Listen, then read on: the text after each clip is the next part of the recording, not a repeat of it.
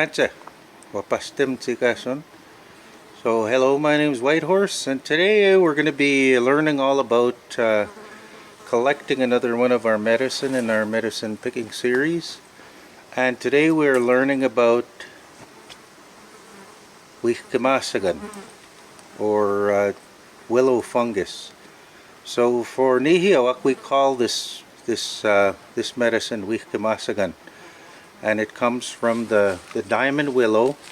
However, I've never heard diamond willow specifically called a name. I'd have to talk with some elders to get the specific name of the diamond willow itself. But usually for willows, we just call them nipsi. So this is Hawa nipsi. This is a willow tree, but in English we call it the diamond willow.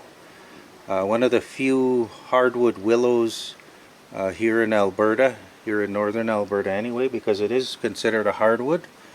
It's a really strong, tough wood. And with Awa nipsi, with this willow, we use it for other purposes as well, because once the trees have matured and have almost stopped growing, we use them.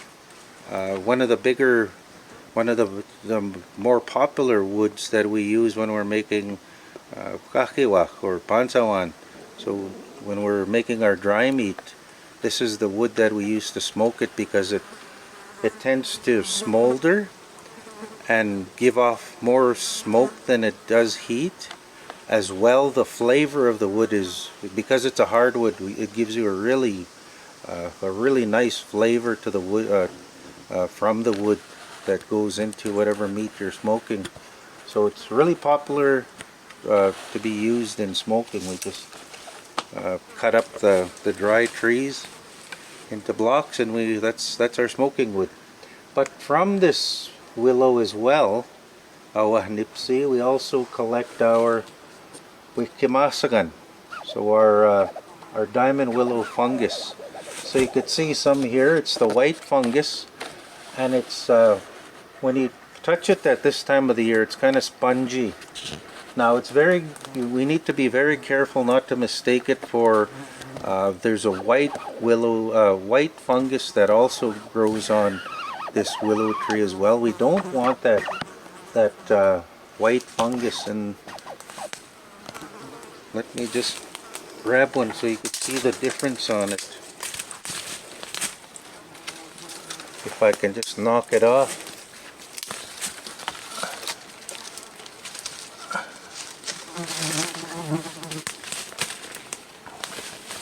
So you can see the difference on the fungus here. So this is what we call the white fungus on the diamond willow, and you could see it's got these kind of circular things around it. Looks very similar to this, but it's very different. If you look on the underside, it looks very much like a mushroom would. So it's got all those little lines on it, and little, sort of like an accordion. That's we don't want to be picking that one. Some people use it for other things, for medicines, but you got to be very careful with this one, because it does have an aspect of poison to it, and it's not really good to be using. So we just steer clear of that one on the diamond willow. So it's got the little, just like an accordion, almost looks like a mushroom. That's not what we want. We want this one here. This is the wikamasagan, or this is the diamond willow fungus. So with wikamasagan, most commonly used as a smudge. So we dry it, and it gives off a really nice aroma when you do light it, and just let it smolder, because it'll just continue to smolder. It won't flame up. It'll just smolder and give off this nice aroma. We use that for smudging, so purification, when we're smudging ourselves and cleansing our spiritual energy, or things of that nature. It's used in smudging a home to get rid of say negative energy and stuff like that. But that's the spiritual side of it. Today we're just looking at the medicinal side of Wicamasagan, because with Wicamasagan it does have a medicinal value to it, because it does have anti-inflammatory properties within the Wicamasagan, or within the fungus. It does have an aspect of anti-inflammatory in it, and it's most commonly used, almost exclusively used in treating ear infections, or infections of that nature. Some people would keep it kind of soak it as well and use it as an antiseptic but it's just for topical use. So we're not ingesting it. We want it for, say if we had a bad cut or something, it can be used as not only an antiseptic but also as an anti-inflammatory. So if you get a cut on yourself and it's starting to look like it may get infected, we would soak our Wicamasagan in water and just squeeze out that water after it's sat inside the Wicamasagan for a little while, say half an hour or something. Let it soak up in there, and then just drip that water on wherever you've got a cut, and it'll have that anti-inflammatory effect on it by not only cleaning it as an antiseptic but also helping with the healing and getting rid of any inflammation. But most commonly, very popular, used as a treatment for ear infection. So with this as well, with ear infection, you usually just take a piece of the fungus. Even if you've dried it out, you just take a little piece of it, not a very big piece, and you want to put that into hot water, or even if it's boiling water, just set it in there to soak, and to really soak up that water within back into it, because it will dry right out, but it will have that sort of a sponge effect where it will re-soak up the water. So you want it to completely soak itself up until it's sort of spongy again, and then let it cool until it's warm to the touch, and then that's what we'd squeeze that water into the infected ear. So squeeze the water in, and just put some cotton, or even just hold it so that Wicamasagan water will stay inside the ear canal and do its job in taking down the inflammation or the infection in the ear. But it's really popular for treating ear infection. So we're going to harvest this Wicamasagan from this Nipsi. But of course, as with anything, before I harvest, I've got to acknowledge the life of this living plant here, because it is alive, and especially as a Nihiau, I do honor that belief that anything living does have a spirit, and that Awa Nipsi, this willow, does have a spirit as well. So I want to give thanks to the willow. I want to give thanks to Creator for providing this willow and the medicines that it gives, and I want to give thanks to my ancestors for the teachings, for teaching about these medicines. So I'll do that now. Of course, I remove my hat. I have my sistemao, again just a pipe full. Hold my plant that I'm going to be harvesting from Awa Nipsi. And then I say my prayer of thanks. Hao semantu, kinanas kumten, Awa maskiki, Hao Nipsi, kinanas kumten, Awa Wicamasagan, kinanas kumten Nipsi, Hao mosumna nak nukumna nak sapana nak, Ninas kumon, Awa hamagiwan, Hao kinanas kumten Nipsi, Hai. Wicamasagan. So again, all I did was give thanks. I thank the Creator for giving us the willow. I thank the willow for giving us the medicine, for giving us the Wicamasagan, or the willow fungus that's going to be our medicine.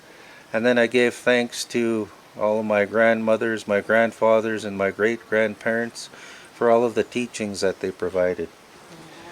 So now I am free to harvest however much wikamasagan that I need. Now when you're looking for wikamasagan, it tends to try and hide on you. So of course you want to go to an area where there's a lot of diamond willow. There's a lot growing, because it's going to take some looking.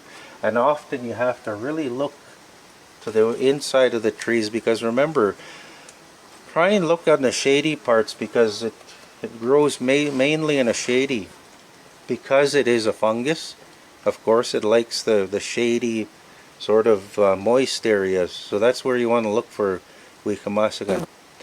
So of course when I pick wikamasagan, I always need my mokoman, my knife, because if you try and just pry it off with your hands, most of the time you're just going to get a little piece of it. So you want to get right under it and just pry it off of there. So there I have my wikamasagan. So I have another piece here again. I'll just pry my knife under there and free it from the tree.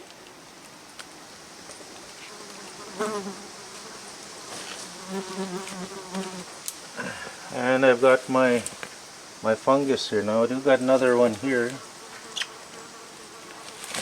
When they're inside of a V or a groove on the tree, you generally have to cut both sides of the groove to free the fungus from there. Otherwise they're just going to break it off. It's not going to come out whole. So now that I've got these, you can take a closer look.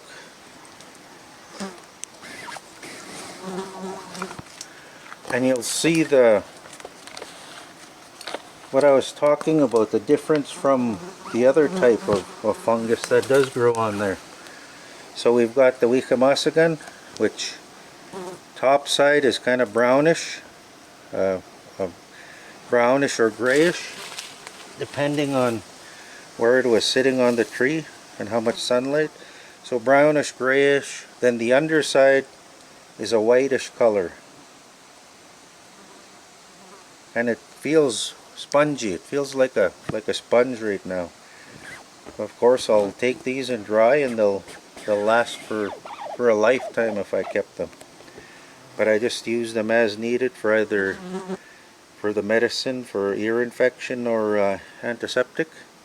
But here is the other fungus in comparison, the one we don't want to be picking.